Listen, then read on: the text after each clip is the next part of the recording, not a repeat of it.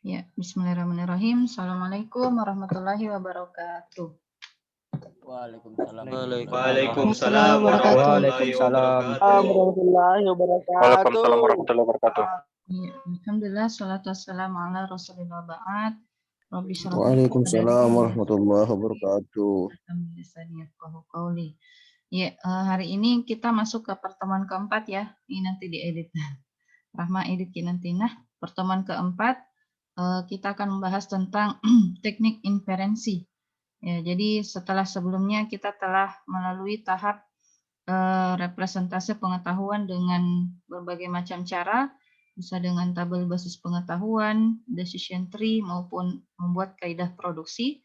Nah, selanjutnya kita akan menentukan bagaimana teknik inferensi untuk membangun sistem pakar yang akan kita buat nantinya. Ya, next deh. Rahma, next. Ya, jadi untuk mahasiswanya Ibu yang sudah dapatkan materi ini, tinggal mengulang saja ya. Sekali lagi mengulang aja. Mungkin yang berubah itu cuman pemberian tugasnya aja deh, yang berbeda dengan mata kuliah kecerdasan buatan yang seperti yang lalu. Jadi silakan kita menyimak aja, kemudian silakan bertanya jika ada hal yang masih kurang dipahami ketika kita berada di mata kuliah sebelumnya ya di kecerdasan buatan. Nah, jadi apa sih itu inferensi? Nah, jadi inferensi itu proses yang digunakan dalam sistem pakar untuk menghasilkan informasi baru dari informasi yang telah diketahui. Nah, ini nih yang Ibu bilang pekan lalu bahwa boleh jadi dari rule yang kita buat pada kaidah produksi sebelumnya akan menghasilkan informasi baru ya atau rule baru berdasarkan aturan produksi yang kita buat sebelumnya. Nah, ketika representasi pengetahuan pada basis pengetahuan atau knowledge base telah lengkap atau sudah berada pada level akurat, maka representasi pengetahuan yang telah kita buat sebelumnya itu sudah siap digunakan, artinya sudah bisa masuk ke tahap teknik inferensi. Next, Dek. Nah, jadi ini adalah gambaran bagaimana kita membangun sebuah mesin inferensi ya. Jadi ketika kita sudah menentukan bagaimana inputan dan output dari sistem pakar yang akan kita bangun dan telah membuat knowledge base atau basis pengetahuan dari sistem pakar yang akan kita buat, maka selanjutnya adalah kita akan menentukan mesin inferensi. Nah, cuman sebelum kita tentukan mesin inferensinya atau metode mesin inferensi yang kita tentukan dulu tekniknya bagaimana ya, teknik inferensi. Jadi ada namanya teknik inferensi, ada juga namanya mesin inferensi, seperti itu. Next. Next, Dek. Ya, jadi bagaimana cara membuat sebuah mesin inferensi? Jadi mesin inferensi itu adalah sebenarnya sekumpulan dari modul-modul yang telah kita buat dalam suatu program. Kemudian bagaimana dari modul-modul yang akan kita buat dalam program sistem pakar nanti itu dikendalikan ya dengan melalui beberapa proses di dalamnya. Ya. Namun sebelum kita sampai ke teknik inferensi, ada namanya proses reasoning dulu. Jadi reasoning itu bagaimana Anda menentukan logika untuk menentukan teknik inferensi yang mana yang akan kalian gunakan. Ya, di mana yang kita ketahui bahwa pada proses reasoning itu ada beberapa komponen yang diperlukan, ada namanya premis, ya, ada namanya konklusi. Jadi bagaimana sebuah konklusi ini bisa kita dapatkan pada sebuah teknik inferensi berdasarkan pilihan proses reasoning juga. Jadi ada kaitannya antara reasoning dengan teknik inferensi yang akan kita pilih nantinya. Next. Bu, tunggu dulu, Bu. Maaf, Ki. Bisa Ki izinkan Kak untuk record, Bu? Karena tadi tak bilang mau Ki juga record, Ki. Iya, ini sudah saya record. Lagi OTW record nih. Jangan. Oh iya, Bu.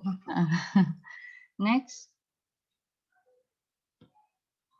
Ya. Nah, jadi apa sih itu reasoning? Jadi sebelum kita menentukan teknik inferensi, kita tentukan dulu reasoningnya ya. metode reasoning yang mana yang akan kita gunakan dalam pemilihan teknik inferensi. Nah, jadi apa sih itu reasoning? Nah, reasoning itu bagaimana proses mesin inferensi yang akan kita tentukan dalam sistem pakar bekerja dengan pengetahuan, fakta, dan strategi untuk mengambil suatu kesimpulan. Jadi di sini proses berpikir dan pengambilan kesimpulannya. Adapun jenis-jenis metode reasoning yang bisa kita gunakan ada 5. Ada namanya deductive reasoning, ada inductive reasoning, ada abductive, ada analogik, dan ada common sense reasoning. Ya, next deh. Nah, yang bagaimana itu deductive reasoning? Nah, ini yang paling umum digunakan dalam sistem pakar. Ya, kenapa? Karena bentuknya yang lurus-lurus aja, kemudian bisa gampang dipahami oleh orang awam ya. Karena orang awam itu taunya sebab akibat. Ya, kalau adapun kebalikannya itu akibat sebab itu agak jarang digunakan. Nah, jadi yang bagaimana itu reasoning deduktif untuk mendeduksi informasi baru dari hubungan logika pada informasi yang telah diketahui. Ya, yang paling sering kita temui itu ada namanya implikasi, ya.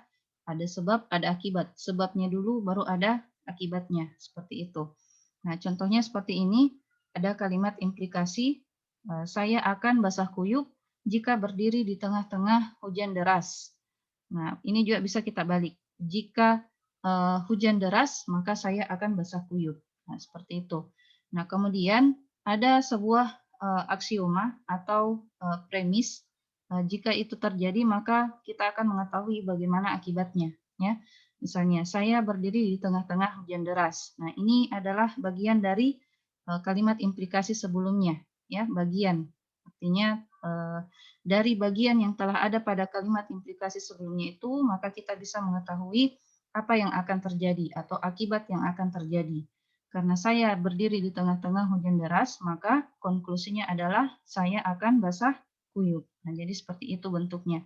Jika A, maka B. Nah, jika diketahui A, maka B. Seperti itu. Jadi bentuknya model struktur pengkondisian if. Ya. If A is true, and if A berimplikasi B is true, maka B is true. Jadi seperti itu. Begitu juga jika A is false and A implikasi B is true, then B-nya itu pasti false juga karena B itu tergantung dari nilai kebenaran dari A ya, maksudnya fakta dari A.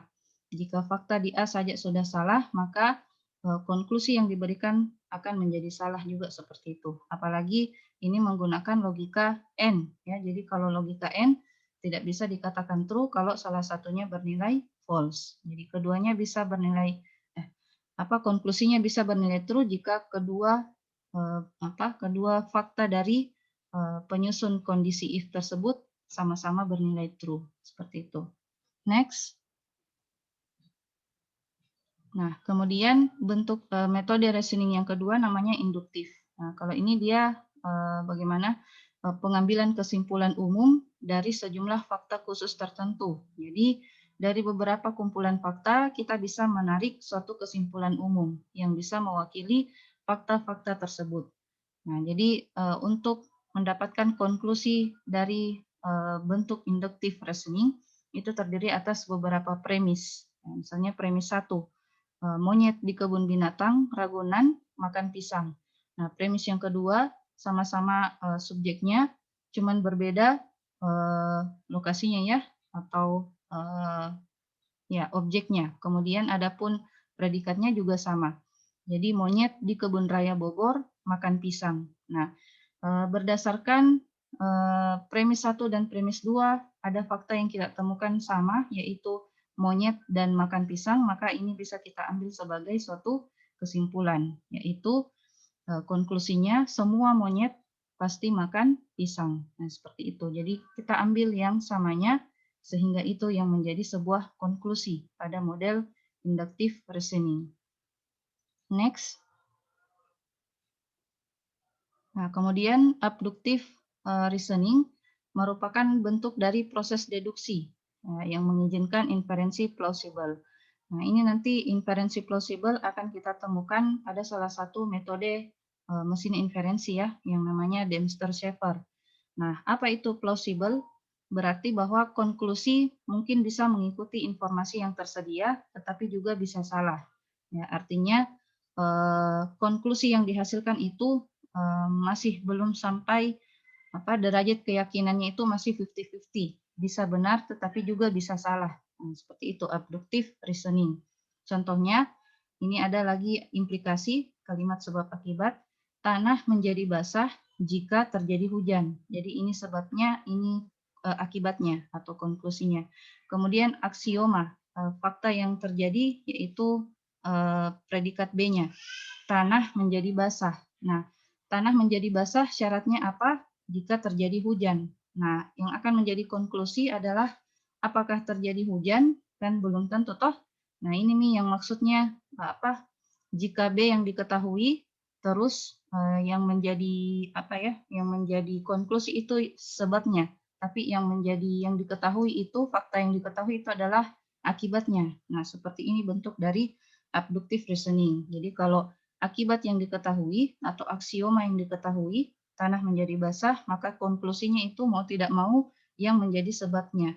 Nah, cuman kalau kita menggunakan logika manusia, tanah menjadi basah itu bukan hanya ditentukan oleh hujan ya, tapi juga ditentukan oleh faktor lain. Nah, sehingga konklusi dari implikasi tersebut akan menjadi sebuah pertanyaan, apakah bernilai benar atau salah, seperti itu. Jadi bentuknya seperti ini. If B is true,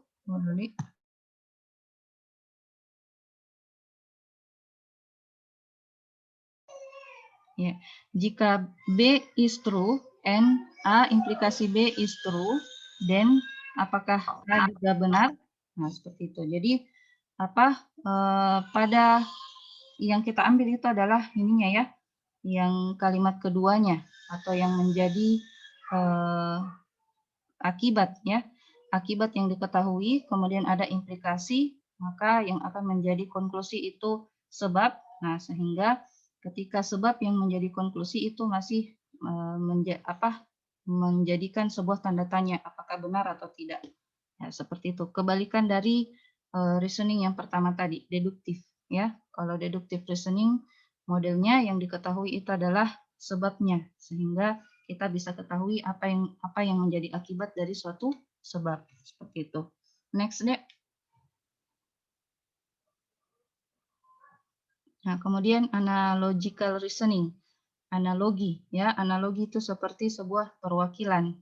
Artinya membantu memahami situasi baru atau objek baru. Nah, misalnya ada penggambaran analogi antara dua objek atau situasi, kemudian kita lihat persamaan dan perbedaannya. Ya, biasanya itu kita temukan ketika orang memberikan suatu contoh, analoginya seperti ini. Jadi perwakilan dari suatu keadaan sehingga bisa dipahami dan bisa kita tarik kesimpulan seperti itu. Contohnya, Andi telah bekerja dengan baik. Nah, karena Andi telah bekerja dengan baik, ini sebabnya, maka Andi mendapat kenaikan jabatan. Nah, ini yang berubah nanti itu adalah subjeknya aja, ya, Andi. Andi kita ubah menjadi Budi, tapi dengan sebab yang sama. Budi telah bekerja dengan baik. Nah, karena ini memiliki sebab yang sama dengan subjek yang pertama tadi, maka kita bisa mengambil kesimpulan dengan cara analogical reasoning.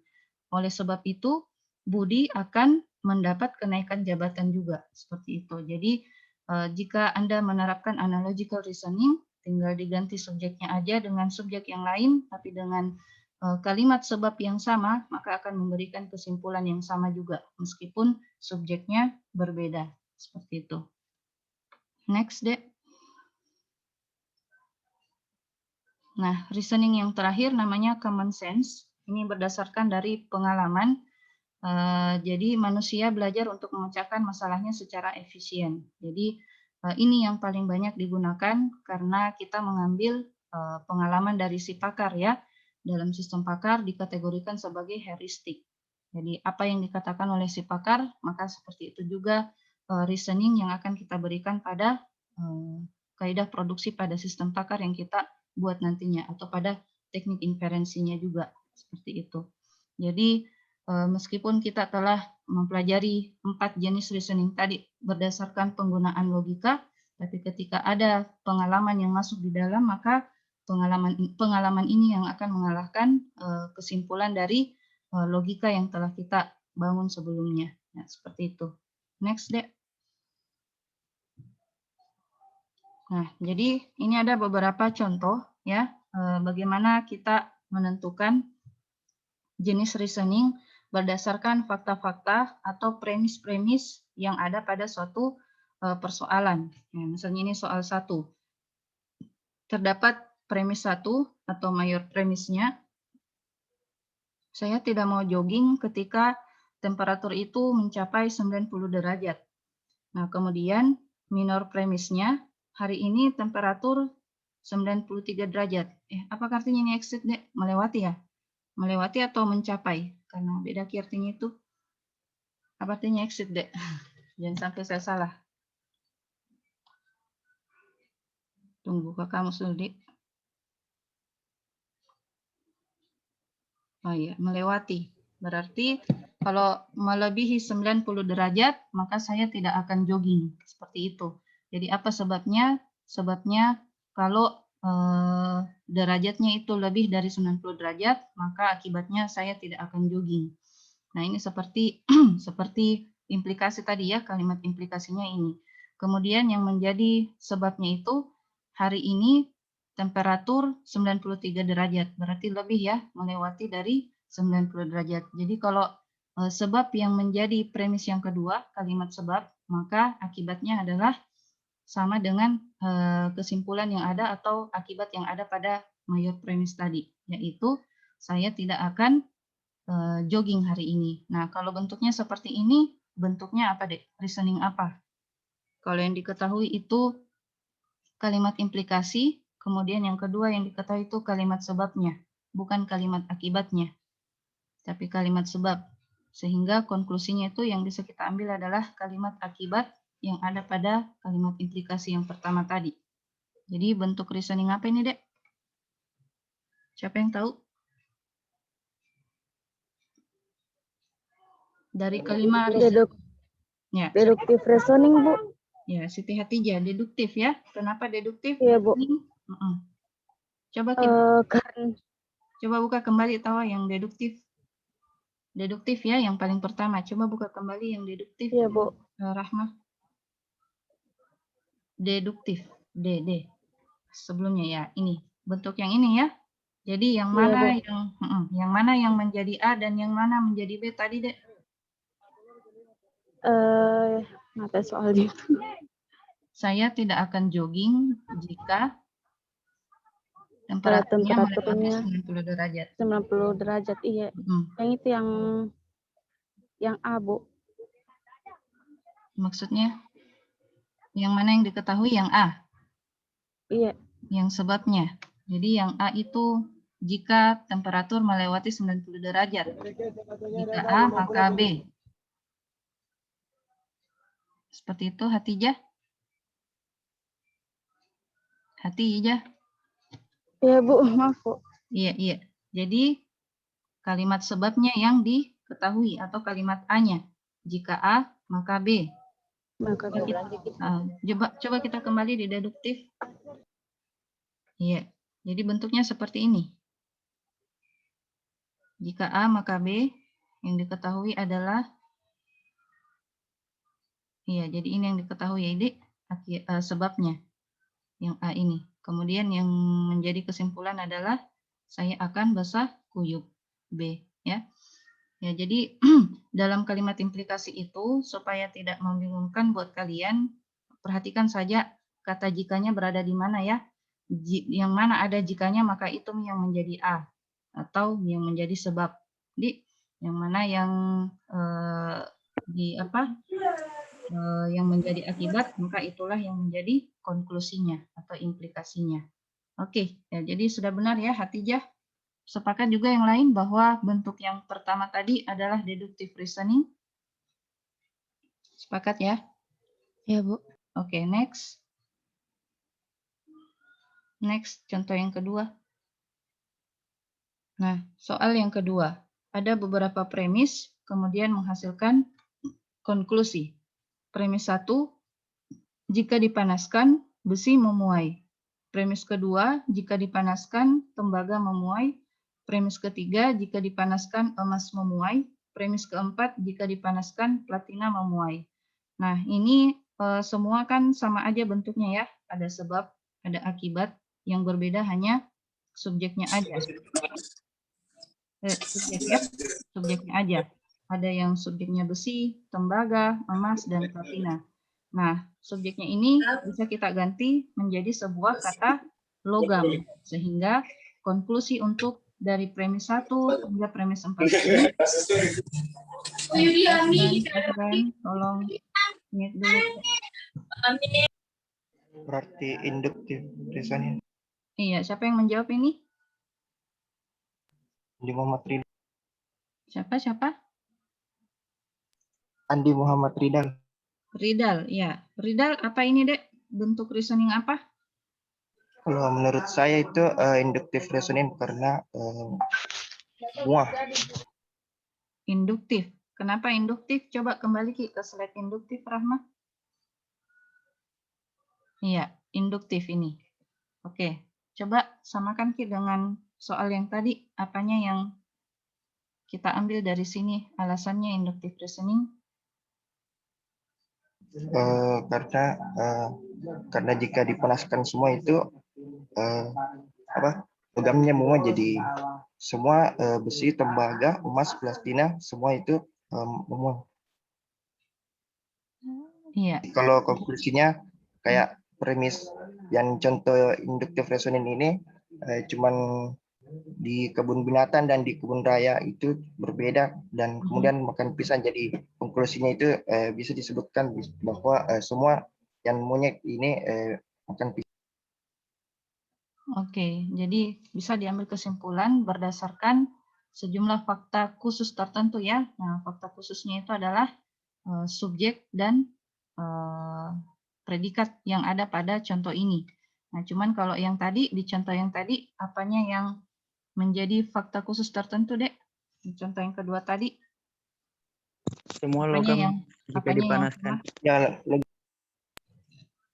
Iya, apanya yang sama? Yang Sama-sama semua logam, Bu. Iya, coba kembali ke contoh yang tadi. Contoh yang kedua. Ya, apanya yang bisa kita ambil kesimpulan di sini? Semua logam jika dipanaskan menuai, Bu. memuai.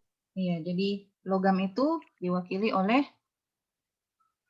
fakta Besi, khusus tembaga, itu. emas, platina diwakili sama logam, Bu. Iya, jadi fakta khususnya itu adalah besi, tembaga, emas, dan platina bisa kita ganti menjadi sebuah logam, ya. Logam. Iya, jadi fakta khususnya ini nih, besi, tembaga, emas, dan platina sama-sama semua memuai. Jadi ini bisa kita wakili menjadi satu kata, yaitu logam, yang jika dipanaskan logam tersebut memuai. Jadi seperti itu ya, yang kita ambil itu yang mana yang sama, maka itu yang akan menjadi kesimpulan, yaitu jika dipanaskan dan memuai. Adapun ini fakta-fakta atau subjeknya bisa kita wakili dengan kata logam. Jadi bentuk yang kedua ini adalah inductive reasoning. Oke, terima kasih. Siapa tadi? Ridal ya. Oke, next. Soal ketiga. Ya, ada dua premis. Ada premis mayor, premis minor. Mayornya itu berupa kalimat implikasi. A akan diam jika marah. Atau kita balik, jika marah, maka A akan diam. Nah, yang menjadi fakta selanjutnya, saat ini A marah. Nah, berarti jika maka, berarti sebabnya yang diketahui. Ya, akibatnya yang akan kita lihat apakah menjadi kesimpulan atau tidak. Maka karena yang menjadi sebab itu yang diketahui menjadi fakta, maka yang akan menjadi kesimpulan adalah akibatnya. Saat ini A marah, maka kesimpulannya A akan diam. Jadi apa ini contohnya? Bentuknya. Bentuk reasoning apa ini? Kalau sebabnya yang diketahui, maka kesimpulannya itu adalah yang menjadi akibat. Reasoning yang mana ini, Dek? Bentuk reasoning yang mana? Itu tadi yang up itu apa tadi, Bu? Yang mana? Yang sama dengan yang pertama tadi ya? atau abduktif? Coba kembali ke abduktif.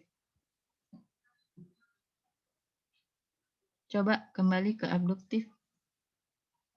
Ya, apakah ini sama dengan abduktif? Yang soal ketiga tadi.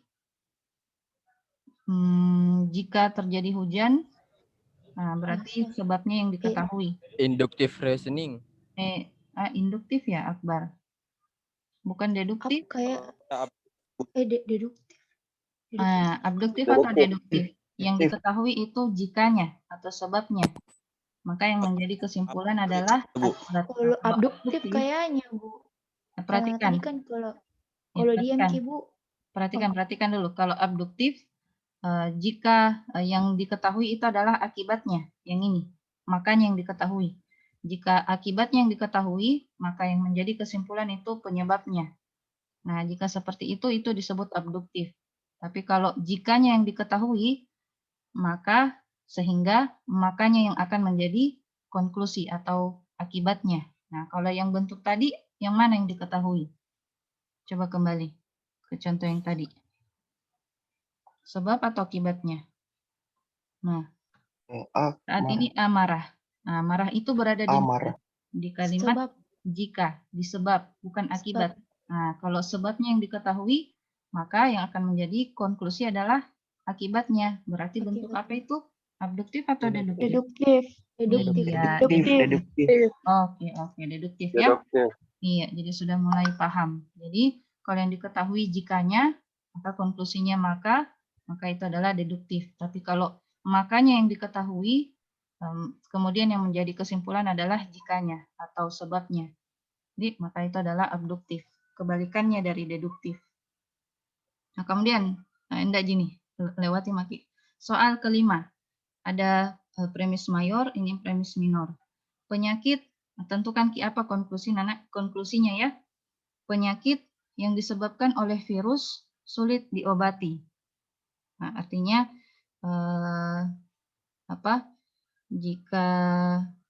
jika penyakit disebabkan oleh virus, maka sulit diobati, seperti itu.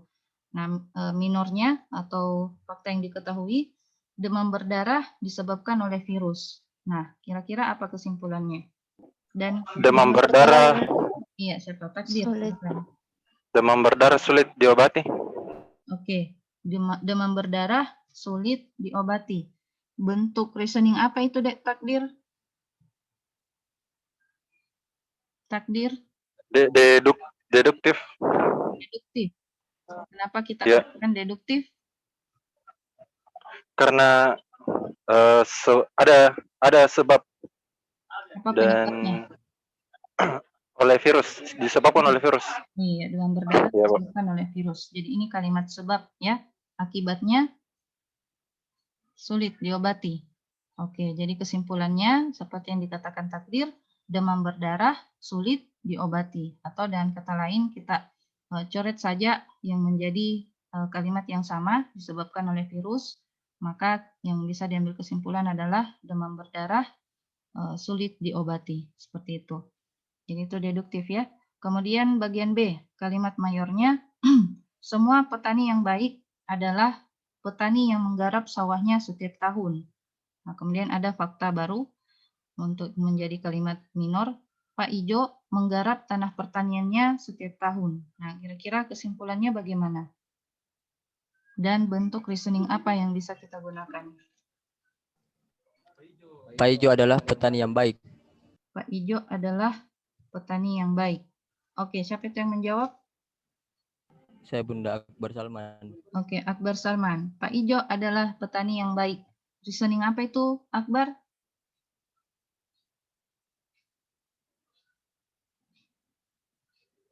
Akbar? Deduktif kayaknya Bunda, karena...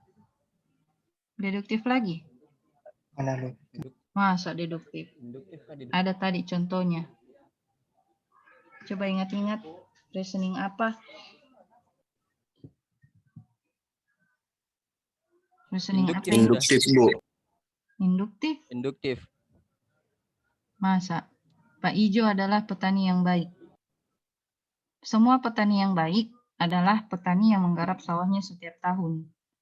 Berarti yang menjadi jika itu jika petani menggarap sawah setiap tahun, maka petani tersebut baik. Nah, ini bisa kita ubah toh. Jika petani tersebut menggarap sawahnya setiap tahun, maka petani tersebut baik. Tapi tidak bisa juga karena ini adalah mewakili semua petani. Nah, jadi semua petani yang baik adalah petani yang menggarap sawahnya setiap tahun. Kemudian ada fakta atau kalimat minor, Pak Ijo menggarap tanah pertaniannya setiap tahun. Nah, sehingga bisa kita ambil kesimpulan seperti yang dikatakan Akbar, maka bisa dikatakan Pak Ijo adalah petani yang baik. Nah, kira-kira itu gimana? Ini Pak Ijo terus mewakilikah semua petani atau gimana? Apanya yang diketahui di sini? Kenapa Ki bilang ini deduktif, Akbar? Deduktif itu yang sebabnya ya diketahui. Apakah sebabnya itu karena dia menggarap tanah pertanian setiap tahun, jadi akibatnya Pak Ijo petani yang baik? Iya, Bunda. Bagaimana Akbar? Bukan analogik? Bukan analogikal? Analogik. Ya, siapa yang menjawab? Aditya. Kenapa ini analogik, Aditya?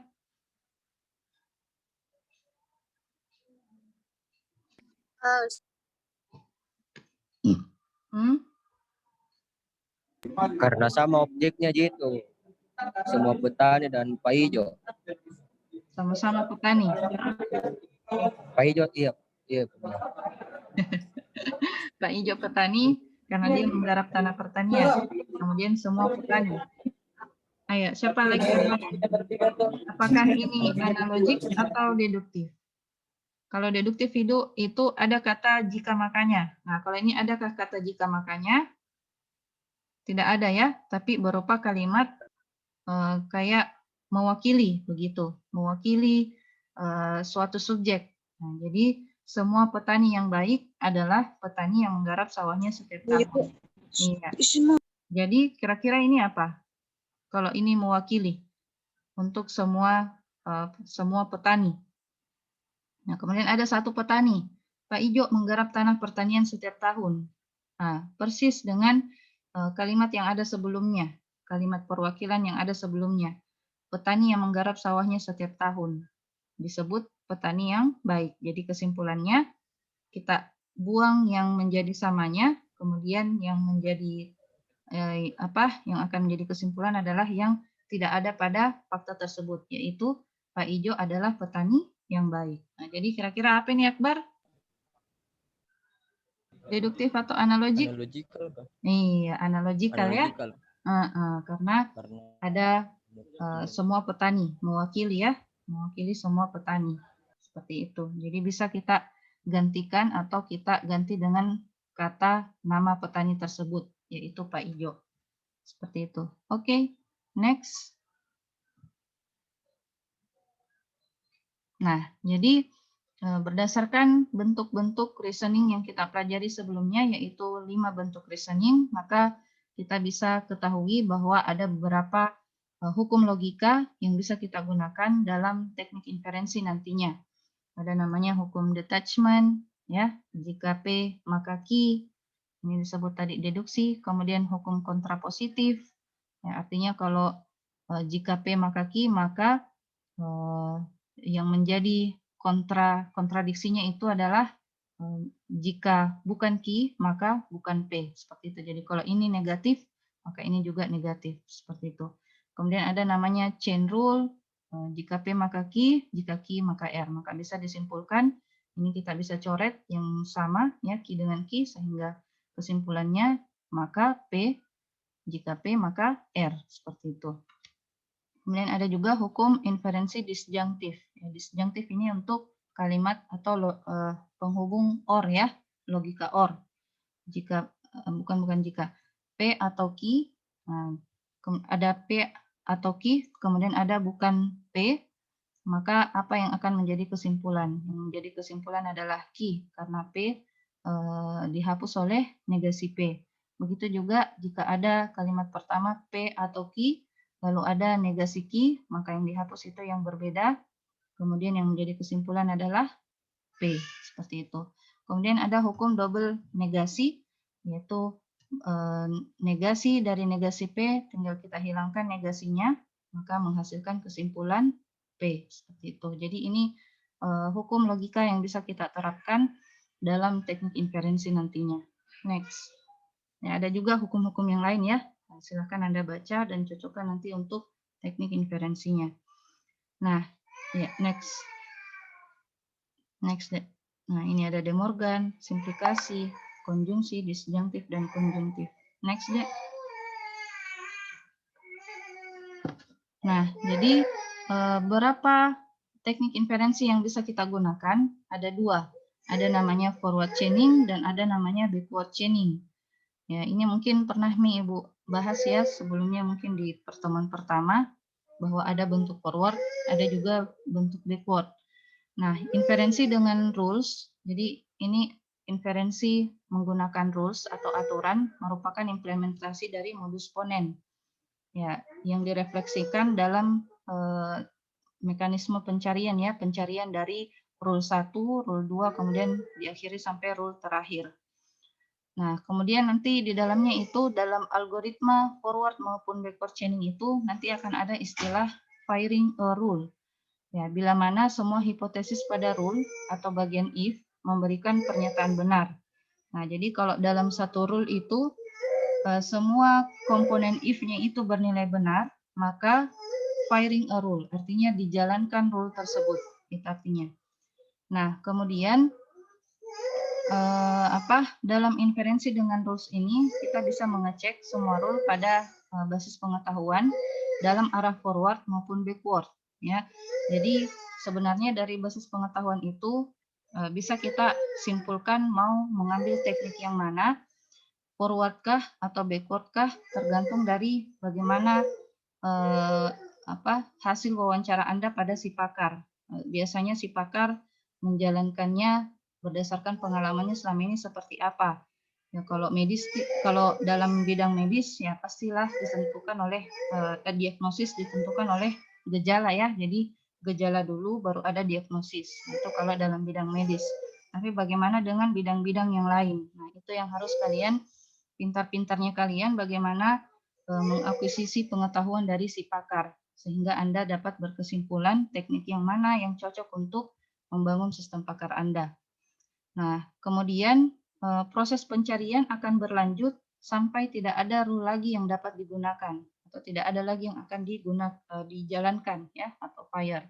Kemudian sampai sebuah tujuan atau goal tercapai. Jadi kalau tidak ada lagi rule yang bisa dijalankan, maka rule yang mana yang terakhir dijalankan maka itulah yang menjadi goalnya ya.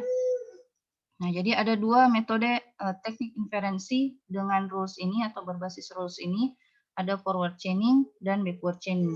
Forward chaining itu istilah lainnya adalah data driven, artinya dikendalikan oleh sebuah data atau fakta. Sementara kalau backward chaining disebut juga dengan goal driven. Kenapa? Karena dikendalikan oleh tujuannya atau goalnya. Goalnya dulu yang kita cari, lalu dicari tahu apa yang menjadi data. Sementara kalau forward chaining dicari tahu dulu data, yang diketahui adalah datanya, sehingga yang mau dicari adalah goal-nya, seperti itu. Next, Dek. Nah, kita mulai dari forward chaining. Nah, jadi pada forward chaining ini bentuknya seperti ini ya. Ada informasi, ada konklusi, atau ada sebab, ada konklusi, ada syarat-syarat, maka ada konklusi. Seperti itu bentuknya. Jadi jika klausa premisnya sesuai dengan situasi atau bernilai true, klausa premis itu yang berada pada ini, informasi, maka proses akan menjalankan konklusi. Nah, jadi kalau semua informasi yang ada di klausa premisnya itu semuanya bernilai benar atau bernilai true, maka konklusinya dijalankan. Nah, jadi forward chaining adalah data driven, dikendalikan oleh data atau informasi. Karena informasi dimulai dengan informasi yang tersedia, baru konklusinya diperoleh. Seperti itu. Next. Nah, jadi untuk forward chaining ini biasanya kita menggunakan kalimat reasoning induktif ya, induktif dan deduktif. jika maka, jika ada sebab maka ada akibat, seperti itu. Ya, jadi dari keadaan awalnya itu dia maju ke depan menuju ke tujuan, sehingga dari keadaan awal atau informasi awal atau dari data awal atau dari fakta-fakta awal, maka yang kita mau ketahui adalah apa akibatnya dan mengakibatkan apa, seperti itu. Macam ini deduktif.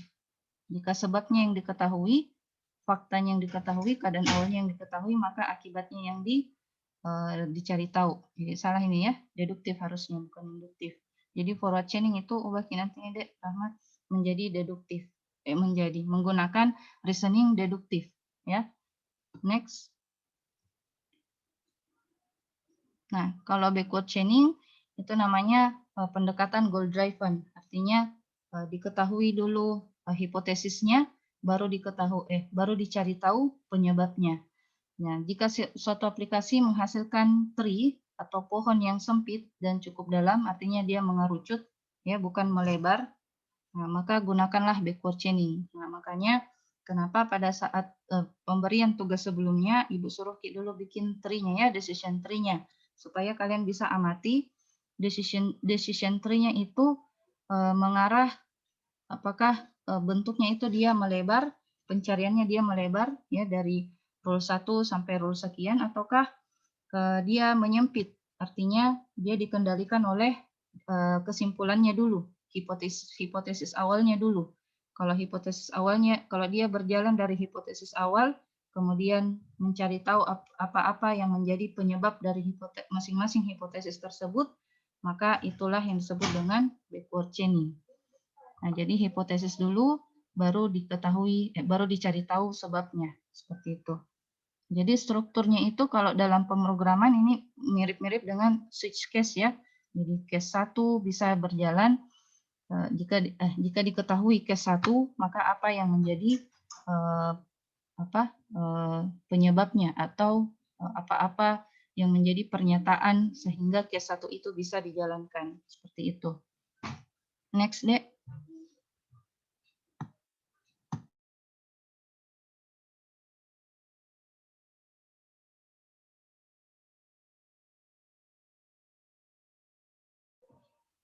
Nah, ini backward, jadi ya ada kesalahan kayaknya ini ya dalam penentuan reasoningnya. Jadi forward chaining tadi kita menggunakan reasoning deduktif, kalau backward chaining kita menggunakan induktif karena yang diketahui itu akibatnya.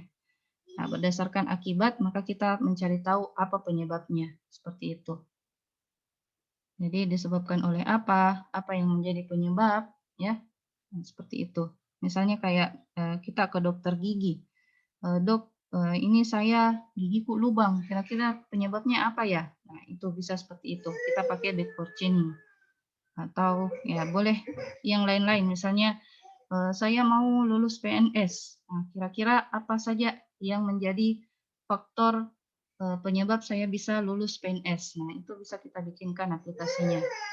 Dia pilih lulus, maka kita akan tampilkan beberapa syarat atau informasi yang terkait dengan syarat-syarat penentuan lulus dari hal yang diinginkan oleh si user. Seperti itu. Next, Dek. Nah, ada sebuah contoh, Anda ingin terbang dari Denver ke Tokyo dan tidak ada penerbangan langsung antara kedua tersebut. Jadi, Anda harus menemukan connecting flight ya dari Denver yang berakhir di Tokyo. Nah, ini penyelesaiannya secara backward atau forward.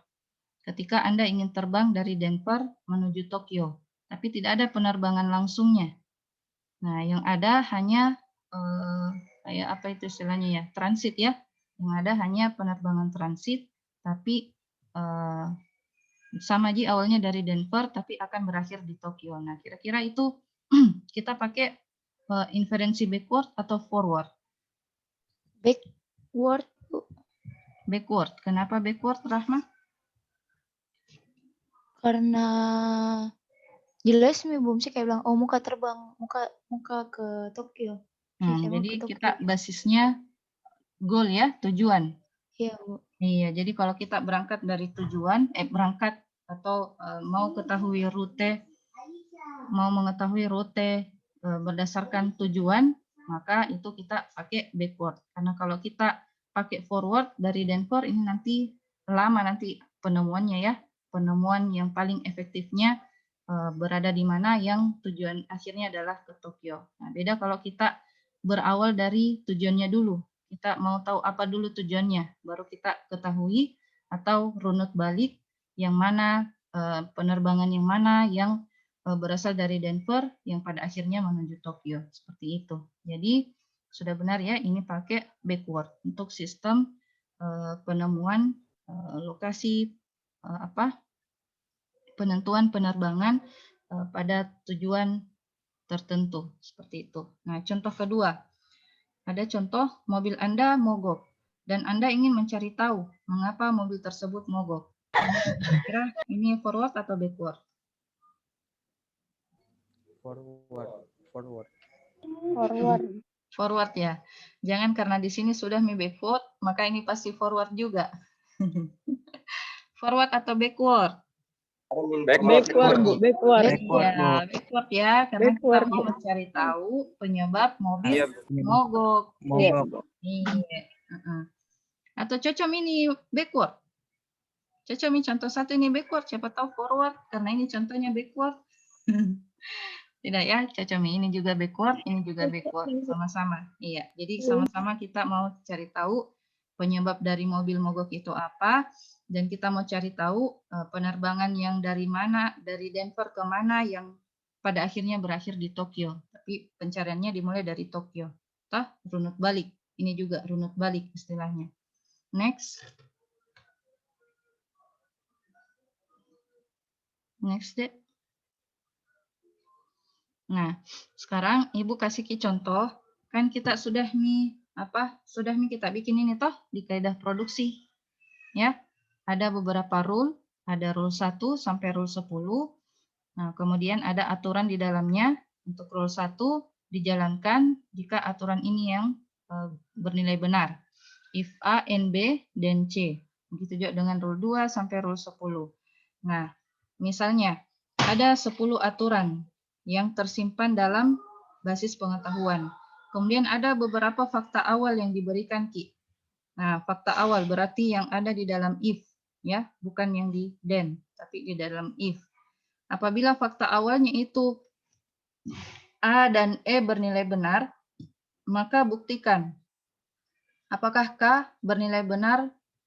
Ini buktikan saja ini, apakah K bernilai benar, apakah hipotesisnya sudah benar K, maka silakan Anda periksa dari rule 1 sampai rule 10 dengan cara silakan dicoba dengan cara forward maupun backward. Nah, kita coba menggunakan inferensi forward ya, runut maju istilahnya. Kita maju dari if ke then.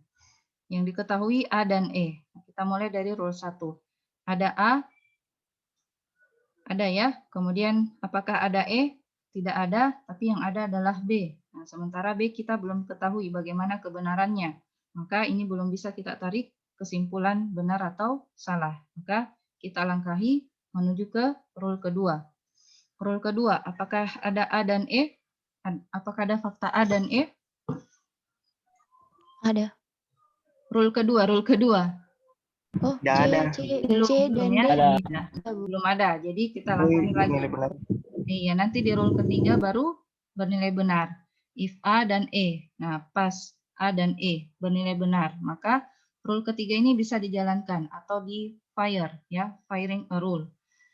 Yaitu if A and E then F, maka kita mendapatkan fakta baru yaitu F. Karena A dan E true, maka F pasti juga true ya. Jadi ya, ada fakta baru kita dapatkan yaitu F bernilai true. Ada 3 nih. Ada A, ada E, dan ada F. Nah, diperiksa lagi ke rule keempat. If A, apakah ada dalam salah satu fakta yang tadi kita punya? Ada, Bu. Ada, maka Ada. G. Nah, maka dapat lagi fakta baru. 4 metode? 4 nih. Ada A, ada E, ada F, ada G. Maka kita lanjut ke rule kelima. If F dan G. Nah, apakah F dan G ada dalam fakta sebelumnya? Ada, Bu. Ada. Nah, maka kita dapatkan lagi fakta baru, yaitu D. Berapa nih fakta, Tak? A, E, F, G, dan D. Ada 5 nih fakta barunya. Next, di rule ke-6, G dan E. Apakah ada dalam fakta sebelumnya? Ada, Bu. Ada. Ada, Bu. Maka dapatlah Ada. fakta baru. Oke, H. Jadi bertambah lagi. A, E, F, G, D, dan H. Ada 6 nih. Toh. Selanjutnya rule ke-7. C dan H. Apakah ada Ada. C dan H sebelumnya? C. Nggak ada C dan H. Nggak ada Tidak C. ada C Ada kan? rule 1 dan rule No. Rule Tapi 1 belum Nggak ada, benar. kita jalankan Belum tadi. bernilai benar. Iya, belum bernilai benar tadi. Berarti C dan H belum bisa dijalankan karena C belum diketahui kan kebenarannya. Ya. Jadi kita langkahi menuju rule 8. If I dan A, apakah I dan A ada tadi di fakta sebelumnya? Nggak ada Iya, Ibu. tidak ada. Tidak ada. Tidak ada, dilangkahi Tidak rule ada. 9. Oke. If G, apakah G tadi ada? Ada, Bu, Bu. ada. Ada, maka Ada. dapat lagi fakta baru, yaitu J. Selanjutnya, rule 10. If J, apakah J ada tadi didapatkan? Ada, Bu. Ada. Ada ya, yang paling Ada. terakhir. Then K. Nah, karena K yang menjadi goal kita, maka pencariannya berakhir di sini. Nah, maka dapat dikatakan bahwa jika A dan E benar, maka K bernilai benar. Benar. Itu, ya. Nah, itu namanya forward. Coba next deh.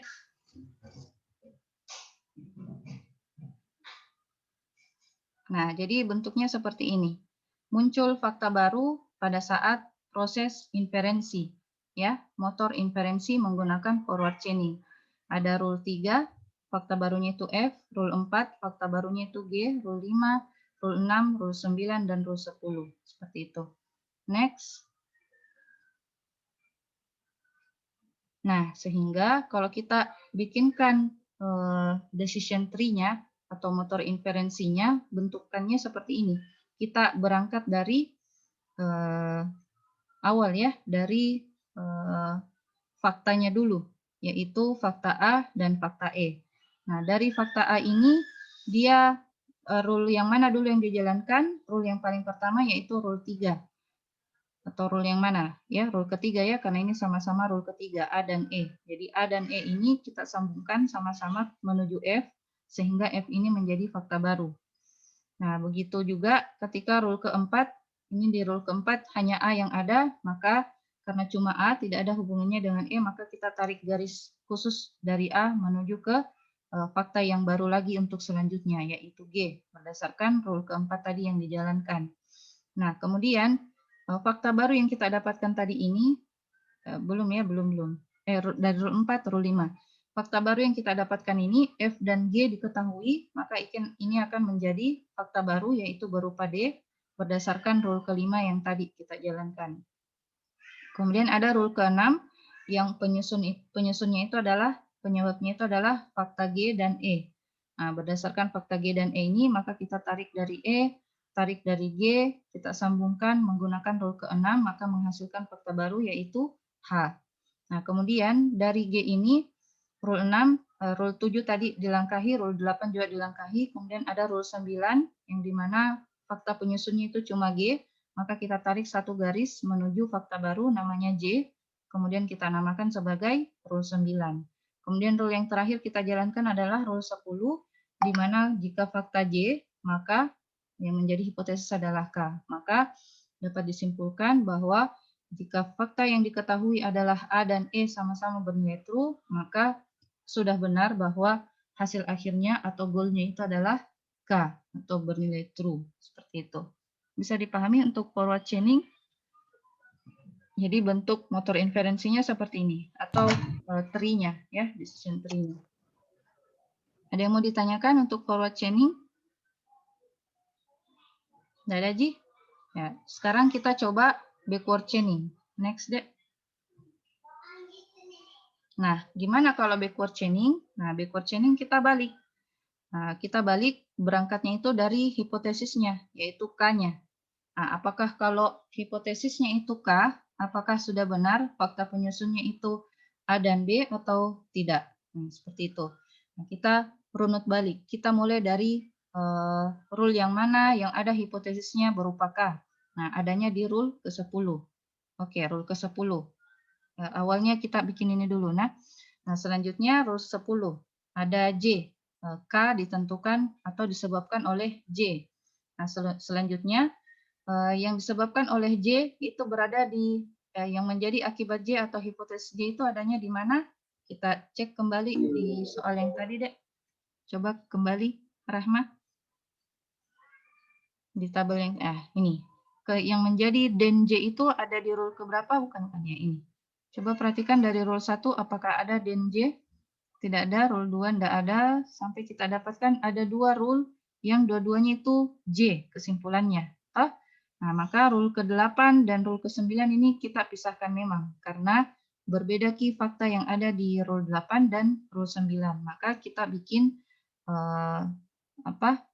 tree yang baru untuk backward chaining yang di bawahnya. Coba next lagi. Next, Dek. Ya, ini. Jadi di sini karena J-nya itu, hipotesis J itu ada 2, adanya di rule 8 dan rule 9, maka kita bikin inferensi ada 2. Ya. Kita bikin 2. Yang pertama yang ditentukan oleh rule 8 dan yang kedua ditentukan oleh rule 9. Jadi pada rule 8, J dijalankan jika faktanya itu I dan A. Nah, seperti ini kita jalankan, ya kita gambarkan. I dan A, 2 key fakta yang menentukannya atau menjadi penyebabnya. Sementara kalau di rule ke-9, J ditentukan oleh G. Nah, jadinya seperti ini, lurus-lurus aja. Nah, selanjutnya, dari I ini, di rule keberapa yang kesimpulannya atau hipotesisnya ada I? Nah, ternyata ada di rule ke-7. Ditentukan atau disebabkan oleh 2 fakta, yaitu C dan H. Maka penggambarannya seperti ini. Namun untuk A, tidak ada hipotesis A, sehingga di antara semua rule tidak ada yang hipotesisnya A, maka terputus di sini key untuk A. Berhenti di sini maksudnya. Ya. Nah, kemudian C dan H ini kita lanjutkan lagi. Apakah ada di antara rule 1 sampai rule 10 yang den-nya itu atau akibat atau hipotesisnya itu C? Ada? Ada di rule 1, yaitu ditentukan oleh A dan B. Nah, selanjutnya A sudah diketahui bahwa ini akan menjadi sebuah fakta, ya sudah benar bahwa K itu bernilai benar jika ada A. Cuman kan yang menjadi masalah adalah temannya A ini, yaitu E. Nah, apakah ada temannya di bagian terakhirnya ini? Tree adalah E? Bukan E.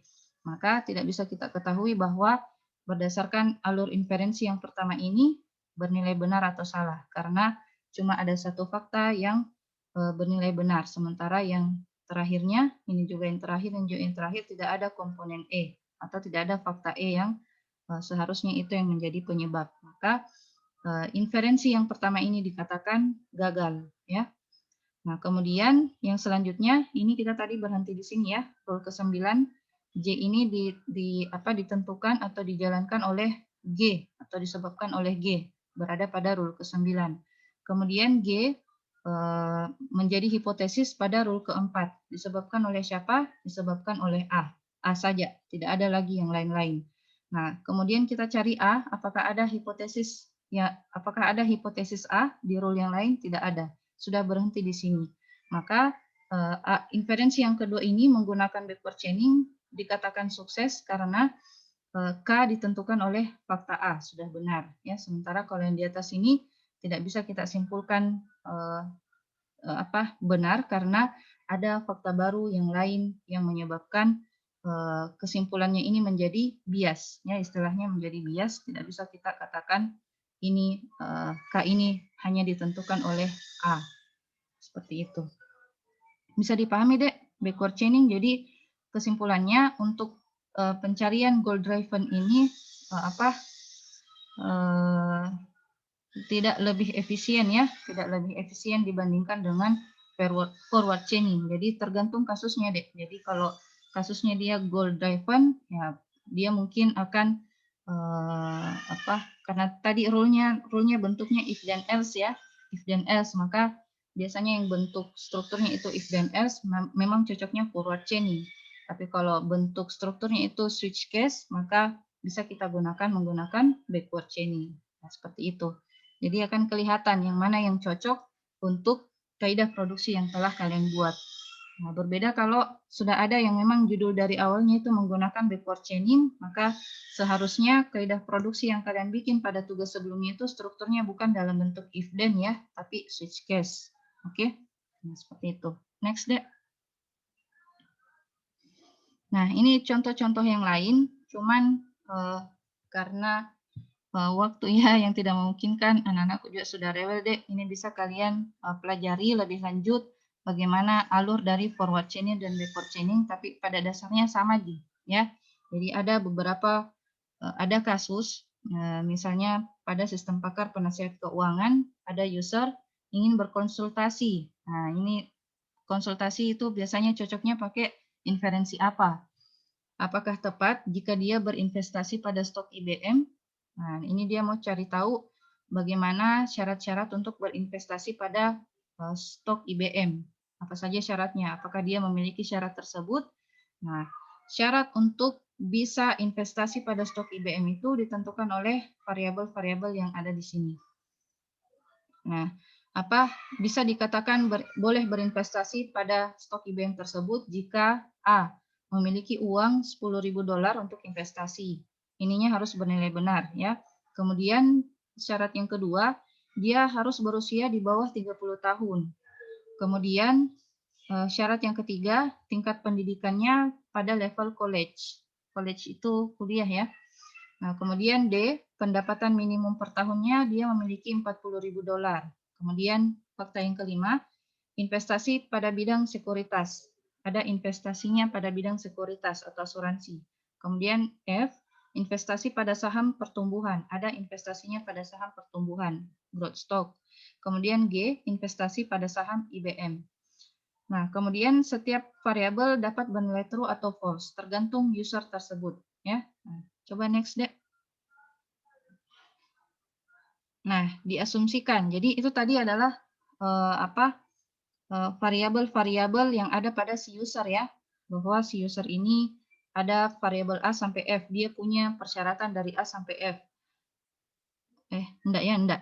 A sampai F itu adalah variabel-variabel yang dibutuhkan untuk bisa memutuskan bahwa dia bisa berinvestasi atau tidak. Nah, misalnya si user ini dia punya dua data awal, fakta awal, yaitu memiliki uang $10.000 dan berusia 25 tahun. Nah, untuk $10.000 dan 25 tahun ini ada pada variabel A dan variabel B-nya.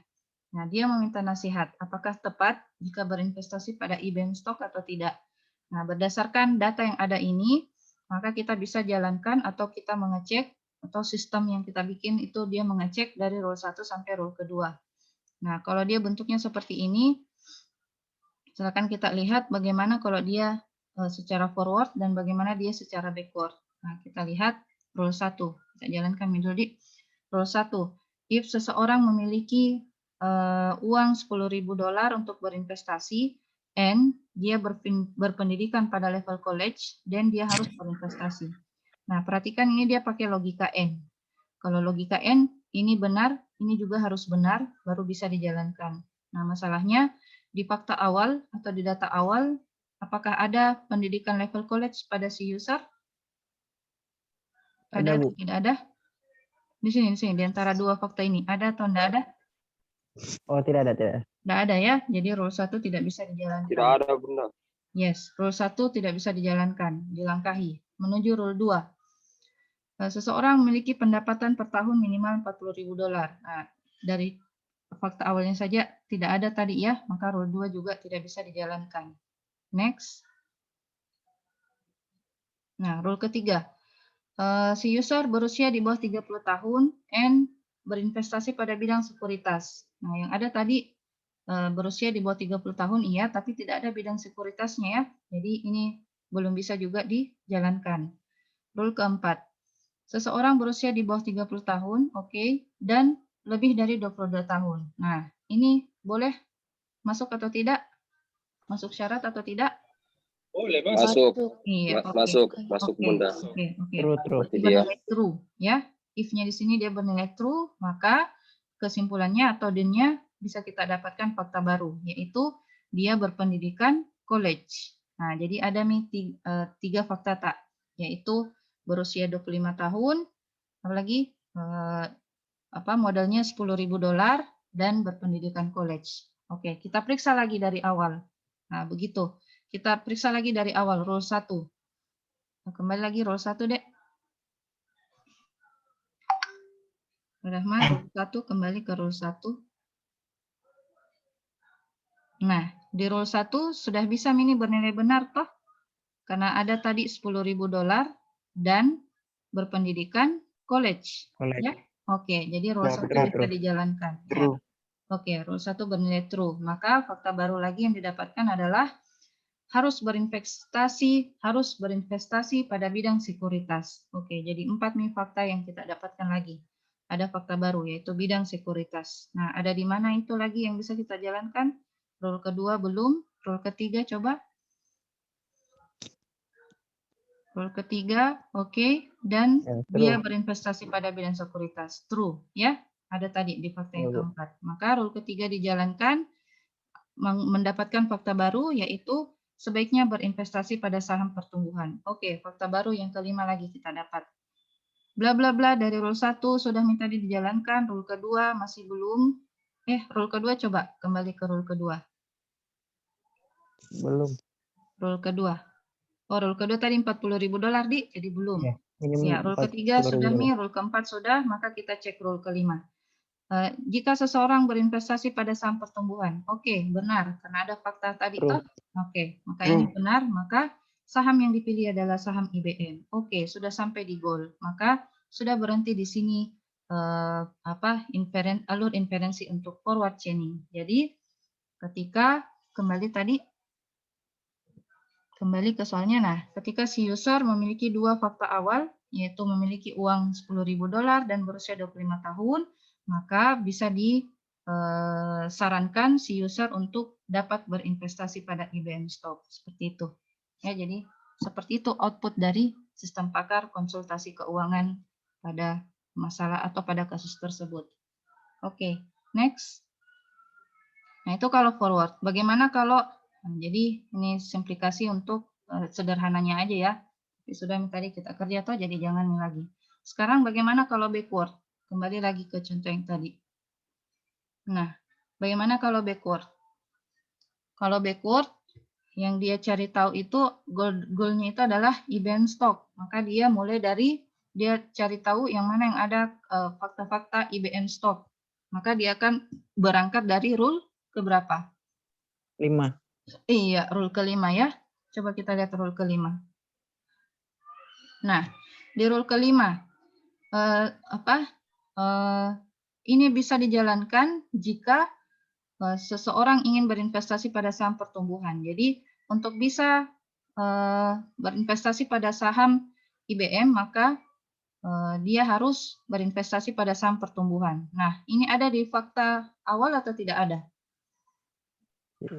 Tidak ada ya, $10.000 dan usia. Nah, jadi kalau kita berangkatnya dari sini, maka berhenti di sini pencariannya, backward chaining. Jadi backward chaining akan menghasilkan kesimpulan bahwa si user tidak dapat berinvestasi pada IBM karena syarat yang pertama aja dia tidak bisa penuhi, ya. Atau gimana? Dia periksa dulu ini. Investasi pada saham pertumbuhan, lalu dia menuju ke sini. Kalau enggak, jadi backward dia tetap menjalankan tawa dulu, dia tetap jalankan dulu, nanti di fakta yang terakhir baru dia berhenti di situ. Ya, sorry. Jadi untuk backward enggak berhenti di sini, dia dapatkan lagi fakta baru, yaitu seseorang yang ingin berinvestasi pada saham pertumbuhan. Oke, rule kelima dijalankan. Investasi pada saham pertumbuhan adanya di hipotesis yang di rule 1 sampai rule 3. Berapa yang ada? Ada di rule ketiga. 3. Oke, rule ketiga. Jadi di rule ketiga ini, investasi pada saham pertumbuhan bisa dijalankan jika faktanya ada dua, yaitu berusia di bawah 30 tahun dan berinvestasi pada bidang sekuritas. Oke, fakta yang kita cari sudah ada ini, tapi yang ini belum ada. Maka kita periksa lagi yang ini. Sementara yang ini bisa kita berhentikan di sini untuk fakta yang ini, ya. Yang kita periksa adalah investasi sekuritas. Nah, adanya di mana ini investasi bidang sekuritas? Ada di rule 1 atau 2?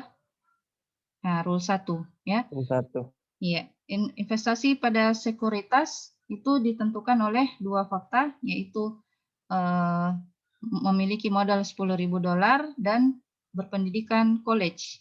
Nah, ini juga sudah ada, sudah bernilai true, dan berusia 25 tahun juga udah true tadi. Tapi masih ada lagi fakta baru, yaitu level college. Nah, kita periksa lagi. Level college ada di hipotesis yang rule keberapa? Ada di rule keempat. 4. Kita lihat rule keempat, berusia di bawah 30 tahun dan 20 tahun. Oke, berhenti di sini. Jadi pencarian backward-nya berhenti pada rule keempat. Dan semua fakta yang dihasilkan bernilai benar. Jadi dapat dikatakan bahwa si user ini bisa berinvestasi pada IBM karena telah memenuhi syarat dua syarat yang tadi ya, yaitu berusia di bawah 30 tahun dan memiliki modal $10.000. Seperti itu. Oke, next, Dek. Next. Kita lihat bagaimana contoh penyelesaian melalui slide ini. Next. Nah, ini. Ya, agak pusing ya kalau kita lihat ini. Jadi silakan kalian bagaimana cara menggambarkannya tadi berdasarkan penjelasannya Ibu. Nah, ini dia pakai forward. Next. Nah, ini dia pakai backward. Seperti itu. Jadi backward dia awalnya dari G menuju ke F, menuju ke F yang ini, step 4, dan seterusnya. Jadi kalau pencarian seperti ini memang agak sulit ya. Bagusnya tadi kita pakai decision tree ya, atau motor inferensi menggunakan forward atau backward. Kalau seperti ini memang agak pusing. Jadi kita pakai yang cara yang tadi saja, yang pakai tree ya. Next. Nah, ini contoh yang lain, silahkan Anda pelajari saja di rumah. Next. Sudah Mi kayaknya. Jadi kesimpulannya apa? Kesimpulan dari penentuan teknik inferensi ini fungsinya adalah kita akan menentukan yang mana rule-rule yang bisa dijalankan. Kemudian dapat memberikan pernyataan pada user, kemudian menambahkan jawaban pada working memory, mengambil fakta baru dari suatu rule, jadi ada fakta baru. Kemudian menambahkan fakta baru tersebut pada working memory, kemudian mencocokkan fakta pada working memory dengan rules. Jadi jika ada yang cocok, maka rule tersebut dijalankan. Jika ada dua rule yang cocok, maka cek dan pilih rule mana yang menghasilkan goal yang diinginkan. Kemudian jalankan yang paling efektif ya, yang paling efisien. Seperti yang tadi pemilihannya antara backward, yang mana yang paling efisien, maka pilih yang jalurnya yang paling pendek. Seperti itu. Next. Ya, ini sebenarnya materi yang mata kuliah sebelumnya ya di kecerdasan buatan, tapi jangan Miki ini nanti Ibu hapus. Satunya ini nanti Ibu hapus, atau minta tolong pada Rahmat tolong hapus ini. Ibu minta kan selesai Maki kaidah produksi toh, dari rule 1 sampai rule sekian kalian bikin. Nah, Ibu minta tolong simulasikan Ki seperti contoh yang tadi. Contoh yang mana tadi ya? Yang si user itu, toh. Nah, yang tadi atau yang sebelumnya mau, karena kalau si user nanti kalian jalankannya pakai cara itu. Yang tadi mau yang contoh yang pertama. Simulasikan Ki itu, ya. Kemudian tentukan Ki fakta yang kita mau ambil sebagai data awal. Kemudian jalankan Ki dengan cara forward chaining dan backward chaining. Apakah hipotesis apa yang kalian tentukan juga di sini? Silahkan tentukan. Ibu kasih kebebasan ya. Pengambilan faktanya juga seperti itu. Jadi silahkan tentukan fakta awalnya, 2 saja ya. Tentukan 2 fakta awal dari rule 1 sampai rule sekian yang kalian buat pada tugas sebelumnya, tugas 2. Ya, tentukan Ki 2 fakta awalnya sehingga buktikan apakah goal yang kalian inginkan itu bernilai benar atau tidak. Nah, misalnya di sini dia K. Nah, boleh jadi kalian mau ambil goalnya itu H. Nah, terserah kalian. Yang mana yang kalian mau ambil jadi goal, ya. Tapi buktikan Ki dengan cara forward dan backward. Nah, jalankan Ki seperti yang tadi Ibu arahkan ya, menggunakan tree. Bagaimana motor inferensi untuk forward dan bagaimana motor inferensi untuk backward. Cara yang tadi deh, yang tree. Coba kembali, next, Rahmat. Next. Nah, cara yang kayak gini. Nah, buktikan Ki dengan cara seperti ini, ya. forward maupun backward. Jadi minimal 2 fakta yang diketahui di fakta awal atau data awal, lalu yang menjadi hipotesis atau goalnya itu yang satu aja, terserah kalian yang mana. Kemudian buktikan dengan cara forward atau backward. Apakah benar hipotesisnya itu jika faktanya seperti itu? Apakah benar, kalau backward ya, apakah benar hipotesisnya ini jika faktanya itu? Seperti itu. Paham Jaki, Dek? Jadi tergantung kasus tak masing-masing, ya. Berdasarkan tugas 2, kaidah produksi yang kalian bikin di tugas 2 sebelumnya. Nah, bikin simulasi. Simulasi seperti contoh yang Ibu kasih ini. Bisa aja, Dek? Bu, Ya.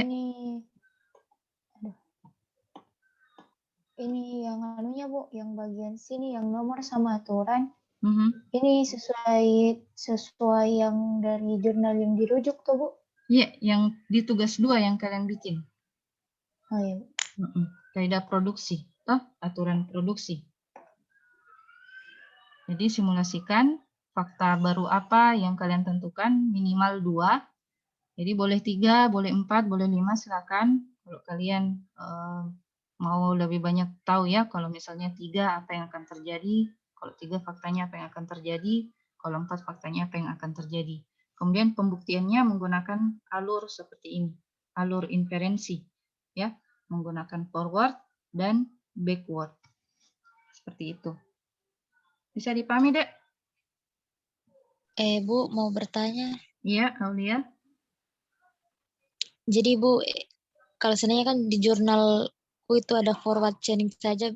Berarti forward chaining saja Bu yang dibuat, backwardnya. Jangan. Buktikan secara 2 cara tersebut, forward dan backward. Ya, kalau forward bagaimana? Iya, kalau forward bagaimana hipotesisnya benar atau tidak? Kalau backward bagaimana? Seperti itu. Jangan cuma satu, ya, jangan cuma satu. Dua-duanya dibuktikan, ya, dengan cara forward dan backward. Ada lagi yang lain? Jadi apa soalnya? Membuat simulasi, ya. Simulasi dengan cara menentukan minimal 2 fakta awal, kemudian membuktikan apakah hipotesis yang Anda tentukan ini benar atau salah menggunakan forward dan backward, seperti itu. Ya, dikerjakannya pakai apa, Bu? Terserah, mau pakai Word kah, mau pakai tulisan tangan kah, terserah, yang mana mudahnya buat kalian. Ya. Gambar-gambarnya ini mudahnya buat kalian kayak gimana, terserah, boleh tulis tangan, boleh juga di Word. Oke, ada lagi? Tidak ada, Mi? Ya, kalau tidak ada, kita akhiri materi hari ini. Saya, Bu. Oh iya, silakan. Takdir. Mau bertanya, Bu. Kan misalnya saya kan di jurnal kok ada gejala, terus penyakit. Nah, terus yang kita bilang tadi, yang rule-nya itu kan 2 atau 3 atau 4. Iya, rule-nya. Ya, kan hipotesisnya. Rule-nya takdir ada berapa rules-nya? Di tugas kedua ada 7. Nah, ada 7. Terus hipotesisnya? Oke, hipotesisnya ada berapa? Penyakitnya ada berapa? Juga, Hah? 7 juga. 7 juga. 7. Oke, berarti silakan pilih salah satunya saja.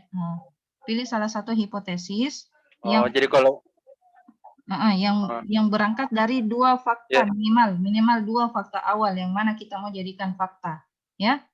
Nah, kemudian tentukan Maki, buktikan Maki dengan cara forward chaining dan backward chaining. Apakah benar hipotesisnya seperti itu atau tidak? Seperti itu. Jadi Ibu sarankan jangan misalnya rule 1 rule 1. If A dan B dan C. Jangan karena mungkin malas mau bikin kayak begini alur inferensi, jadi itu saja yang menjadi fakta awal A dan B. Dia cuma satu rule yang bisa kita jalankan takdir karena kebetulan 7 hipotesis toh. Langsung saya rule 1 cuma berhenti di situ. Berhenti di situ goalnya. Jangan juga seperti itu. Jadi ambil fakta baru yang berbeda dari yang berbeda dari rule 1 dan rule berikutnya, ya.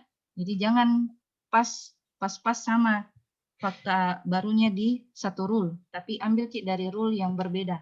Paham Ki maksudnya Ibu? Oh, Ya. jadi kalau misalnya Bu rule 1 itu misalnya G1, G2, G3 terus G2 terus yang rule keduanya itu G4, G5, G6. Nah, yang tugasnya nanti saya bikin itu gabung jadi G1, G4 gitu, Bu. G1, G4, G6 gitu. Itu maksudku. Jadi ambil Ki perwakilan faktanya dari rule 1, ambil juga perwakilan faktanya dari rule 2. Apakah dia bisa ketemu di hipotesis ini atau tidak? Nah, seperti itu maksudnya. Ya. Tapi hipotesisnya tetap satu, Bu. Iya, hipotesisnya satu aja karena kita mau tentukan toh benar atau tidak. Iya.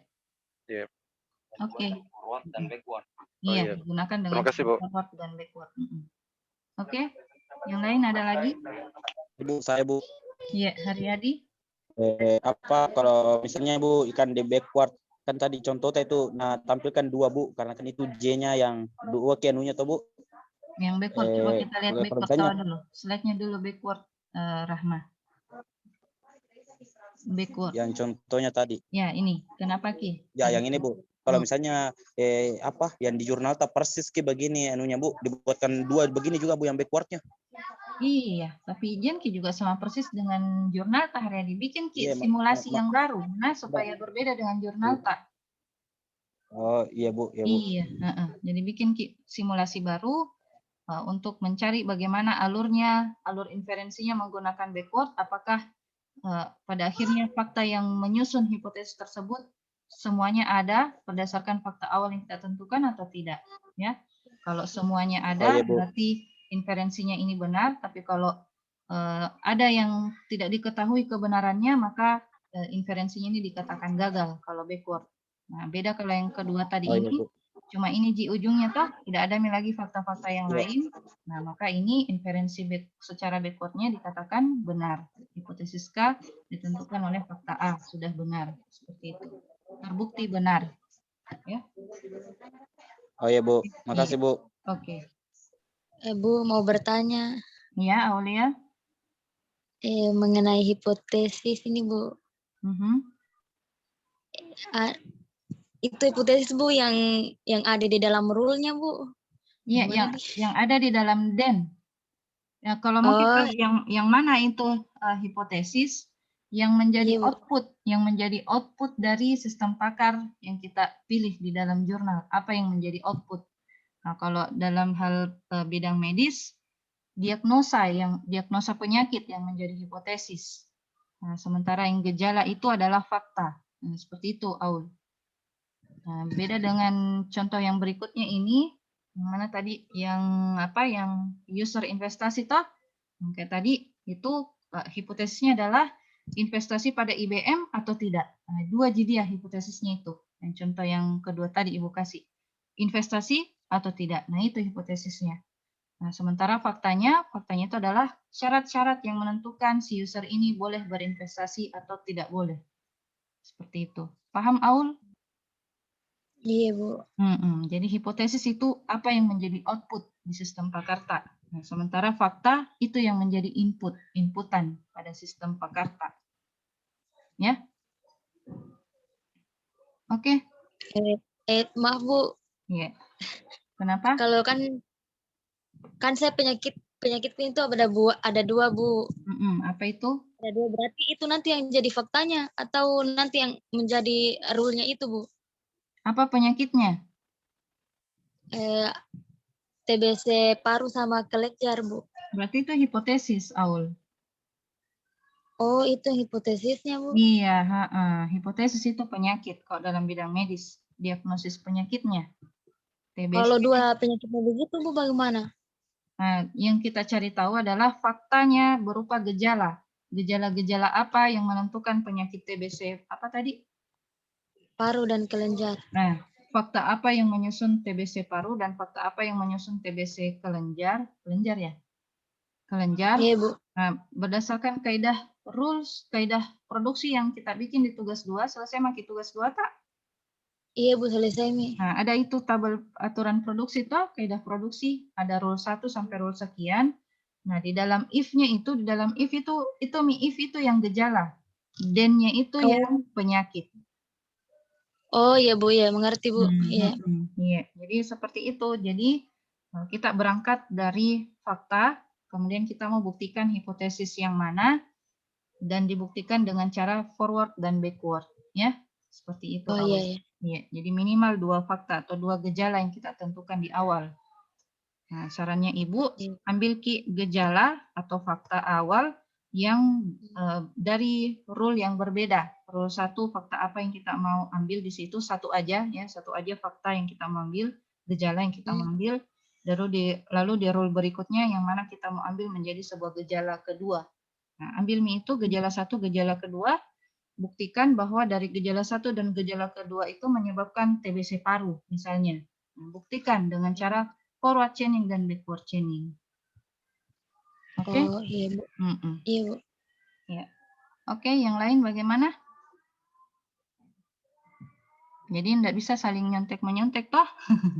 Karena berbeda judul tak semua dan disuruh bikin simulasi berdasarkan kasus tak masing-masing. Oke, kalau tidak ada yang mau ditanyakan lagi, kita tutup. Dadami? Dadami, Dik? Oke. Demikian materi kita hari ini tentang teknik inferensi. Lebih dan kurangnya mohon dimaafkan, dan kita tutup dengan ucapan alhamdulillahirrabbilalamin dan doa tutup kafaratul majelis. Subhanakallahumma rabbana wa bihamdik asyhadu an la ilaha illa anta astaghfiruka wa atubu ilaik. Assalamualaikum warahmatullahi wabarakatuh. Assalamualaikum warahmatullahi wabarakatuh. Waalaikumsalam warahmatullahi wabarakatuh. Salam nanti dikabarkan ya. Ibu buatkan dulu sebentar. Dik. Ya, Bu. Oke. See you next week.